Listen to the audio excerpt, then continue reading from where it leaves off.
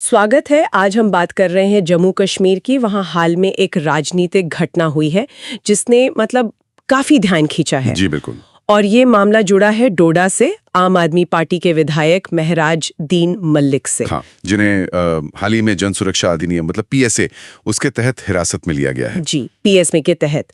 और ये एक काफी अहम घटनाक्रम है, खासकर जम्मू कश्मीर के जो अभी के राजनीतिक हालात हैं उसमें। तो हमारे पास इस पर कई न्यूज रिपोर्ट्स हैं, कुछ लेख हैं। ये हमें बता रहे हैं कि प्रशासन क्या कह रहा है, दूसरी पार्टियों का क्या रिएक्शन है। हाँ, और जमीनी हकीकत क्या है उस पर भी कुछ जानकारी है। बिल्कुल। तो आज कोशिश यही रहेगी कि इन सब टुकड़ों को जोड़कर देखें कि पूरी तस्वीर क्या बन रही है। सही कहा। समझने की कोशिश करेंगे कि ये पूरा मसला आखिर है क्या, प्रशासन ने क्यों हिरासत में लिया मलिक को, क्या वजह दी। हाँ। और इस पर इतना तीखा रिएक्शन क्यों आ रहा है पॉलिटिक्स में, और जम्मू कश्मीर के लिए इसके मायने क्या है। जी है जी जी कि एक चुने हुए नेता पर पीएसए जैसा सख्त कानून। हाँ बिल्कुल। ये तो आमतौर पर उन लोगों पर लगता है जिनसे पब्लिक ऑर्डर या स्टेट सिक्योरिटी को बहुत गंभीर खतरा हो। सही। तो एक विधायक पर ये क्यों, क्या वजहें बताई जा रही हैं, चलिए इसी को आज जरा गहराई से समझते हैं। हाँ देखिए, ये स्थिति ना कई जरूरी सवाल खड़े करती है। एक तरफ तो प्रशासन के आरोप हैं और वो गंभीर हैं, जैसा कि हमें जानकारी मिली है, जैसे पब्लिक ऑर्डर को डिस्टर्ब करना वगैरह। लेकिन दूसरी तरफ जो बयान आ रहे हैं राजनीतिक दलों से, हाँ, उनसे ये भी जाहिर है कि भाई लोकतंत्र कैसे काम करता है, अभिव्यक्ति की आजादी, इन सब पर भी चिंताएं हैं। अच्छा, तो ये एक तरह का वो क्लासिक केस है जहां सुरक्षा और स्वतंत्रता इनके बीच एक तनाव दिखता है। तो सबसे पहले हुआ क्या, जरा वो साफ कर लेते हैं। हमारे पास जो जानकारी है उसके हिसाब से महराज दीन मलिक, हाँ, जो 2024 के विधानसभा चुनाव में डोडा सीट से जीते थे आम आदमी पार्टी के टिकट पर, जी, उन्हें 8 सितंबर 2025 को पीएसए के तहत हिरासत में लिया गया। बिल्कुल। अब आते हैं प्रशासन के पक्ष पर। राज्य प्रशासन ने क्यों हिरासत में लिया, इसके लिए कई कारण गिनाए हैं। क्या कारण है? मुख्य दलील तो यही है कि उनकी जो गतिविधियां थी वो सार्वजनिक व्यवस्था के लिए खतरा बन रही थी। खतरा बन रही थी, हाँ, जैसे? हाँ, जैसे सोर्सेज में साफ लिखा है कि उन पर आरोप है कि वो युवाओं को उकसा रहे थे। हाँ, अच्छा। हाँ, सरकारी अधिकारियों के काम में बाधा डाल रहे थे, उनके साथ दुर्व्यवहार कर रहे थे। अरे, यहाँ तक कि कुछ मामलों में ये भी जिक्र है कि राहत कार्यों में रुकावट डाली। ये तो काफी गंभीर आरोप लग रहे हैं। हाँ, गंभीर हैं।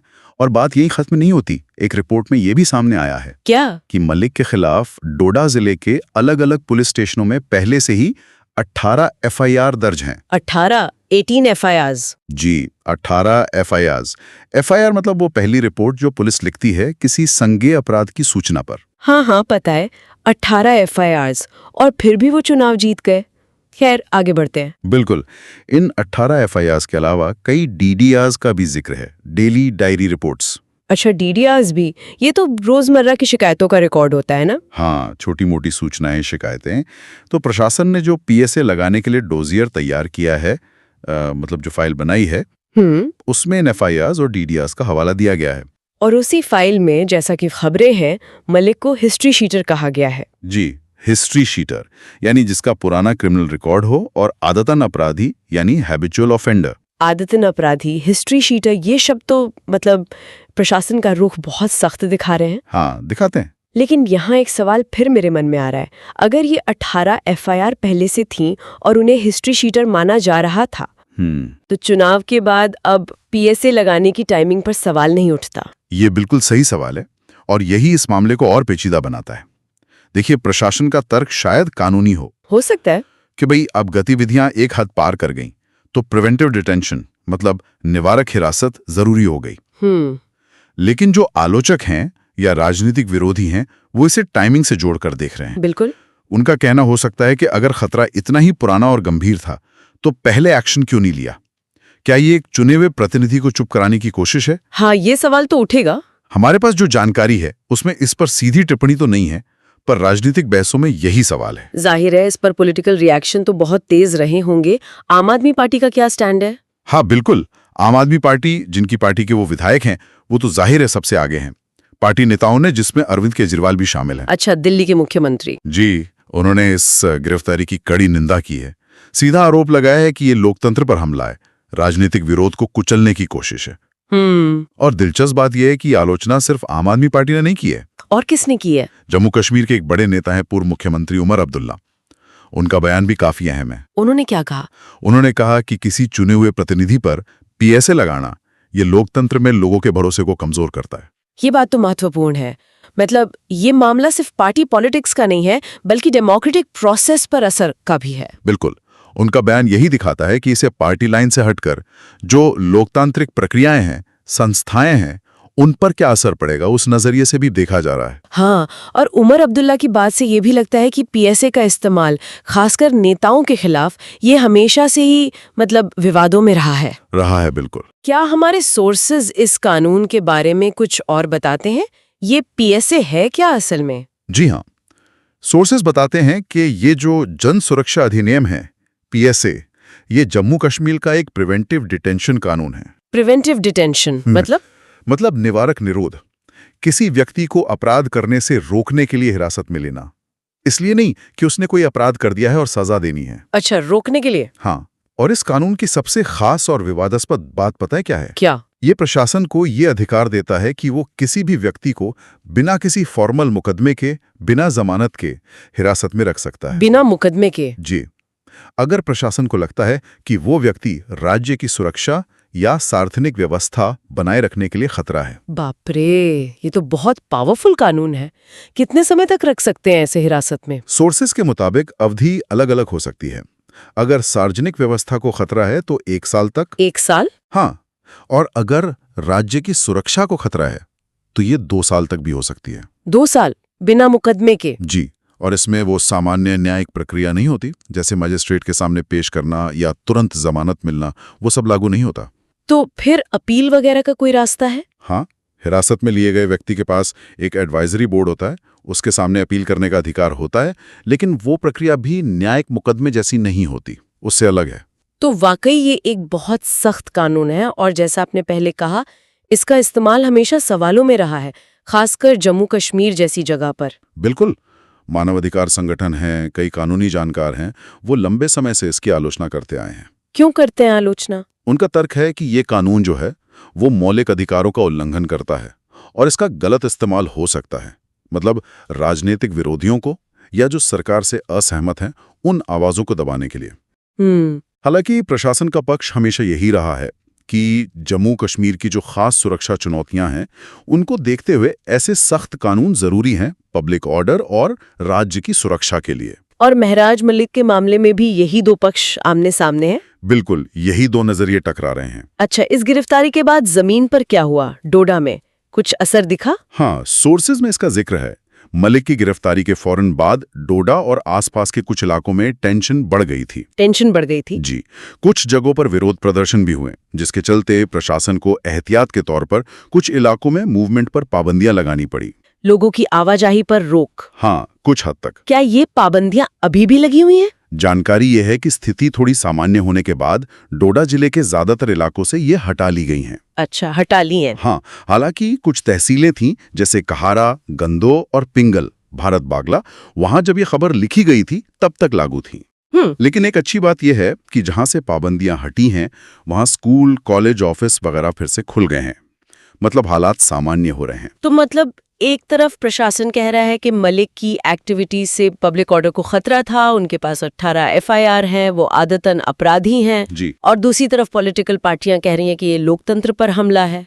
ये तो जम्मू कश्मीर की जो जटिलता है उसी को दिखाता है। निश्चित रूप से ये मामला बिल्कुल वही दिखाता है।